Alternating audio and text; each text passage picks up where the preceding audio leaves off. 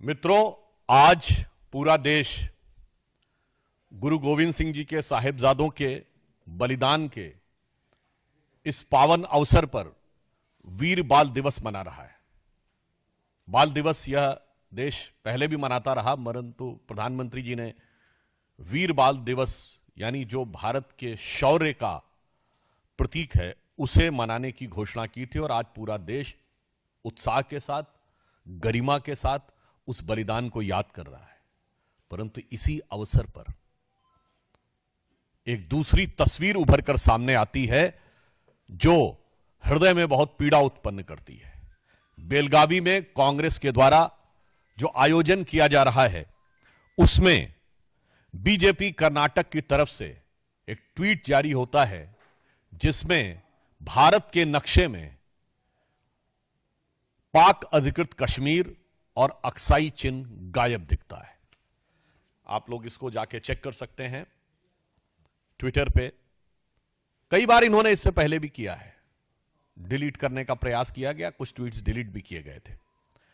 और महत्वपूर्ण बात यह है कि महात्मा गांधी की फोटो के साथ लगा है। तो इसलिए आज के इस अवसर पर मैं अपनी वेदना व्यक्त करना चाहता हूं कि यह वो भारत देश है क्या इसी के लिए जिसके लिए राणा प्रताप ने घास की रोटी खाई थी, इसके लिए शिवाजी ने जान की बाजी लगाई थी, जिसके कारण रण में कूदी रानी लक्ष्मीबाई थी, जिसके कारण भगत सिंह ने फांसी गले लगाई थी, जिसके कारण गुरुपुत्रों ने अपनी जान लुटाई थी, और जिस भारत मां के टुकड़े करते तुमको लाज ना आई थी, उस भारत मां की यह छवि तुमने आज दिखाई है। अब इससे एक बात बहुत साफ हो गया है कि भारत को छिन्न भिन्न करने का स्वप्न देखने वाले शक्तियां, भारत को तोड़ने का ख्वाब देखने वाली ताकतों के साथ कांग्रेस के गठजोड़ की तस्वीर अब एकदम साफ हो गई है। भारत को छिन्न भिन्न करने वाली शक्तियों के साथ कांग्रेस की दुरभिसंधि का चित्र इस मानचित्र के साथ बिल्कुल साफ हो गया है। और यह बात हम केवल किसी एक आधार पर नहीं कह रहे हैं। कांग्रेस ने निरंतर इससे पूर्व भी भारत के नक्शे के साथ इसी प्रकार की छेड़छाड़ की है।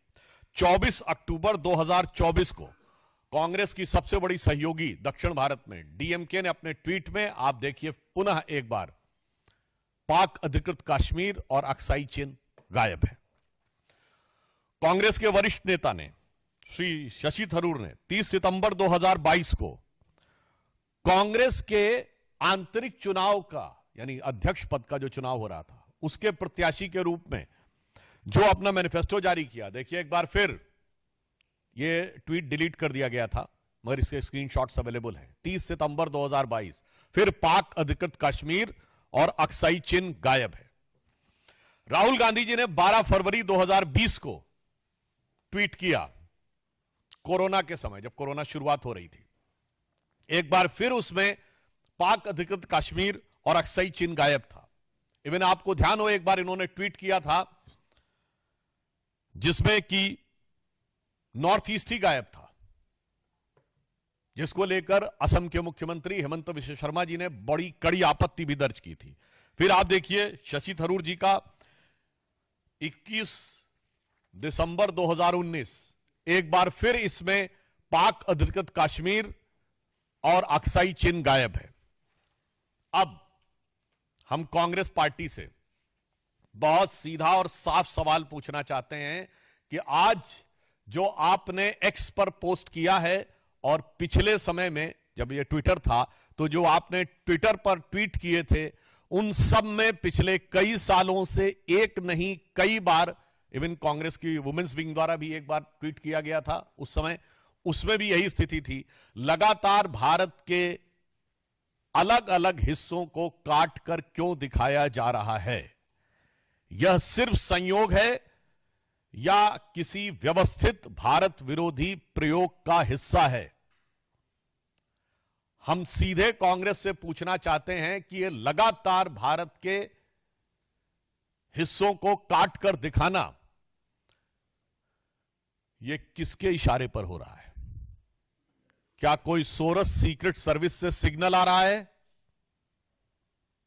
या फिर कोई आपको लगातार अन्य भारत विरोधी शक्ति जिनसे कि आप अक्सर सुरताल मिलाते हैं, वो 7 समुंदर पार से आपको कोई संकेत दे रही हैं?